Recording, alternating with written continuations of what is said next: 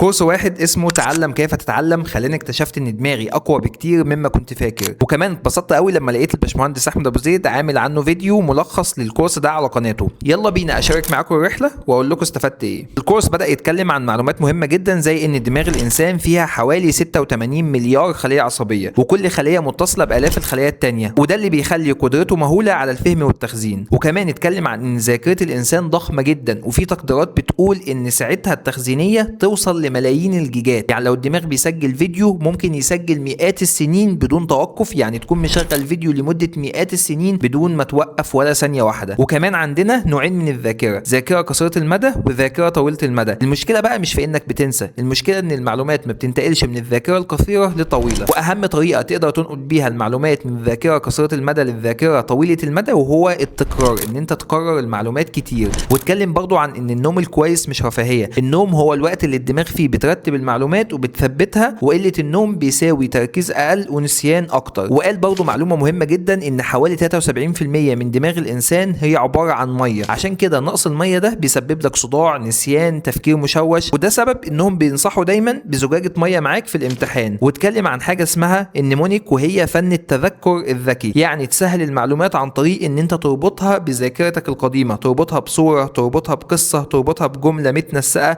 باختصار ذكي. دي كذا معلومه بسيطه كده من الفيديو، والفيديو فيه معلومات قيمه كتير جدا، انصحكم ان انتوا تشوفوه. ولو حابين تشوفوا فيديوهات من النوع ده كتير اعملوا لنا لايك للفيديو وسبسكرايب للقناه، ونتقابل في فيديو جديد.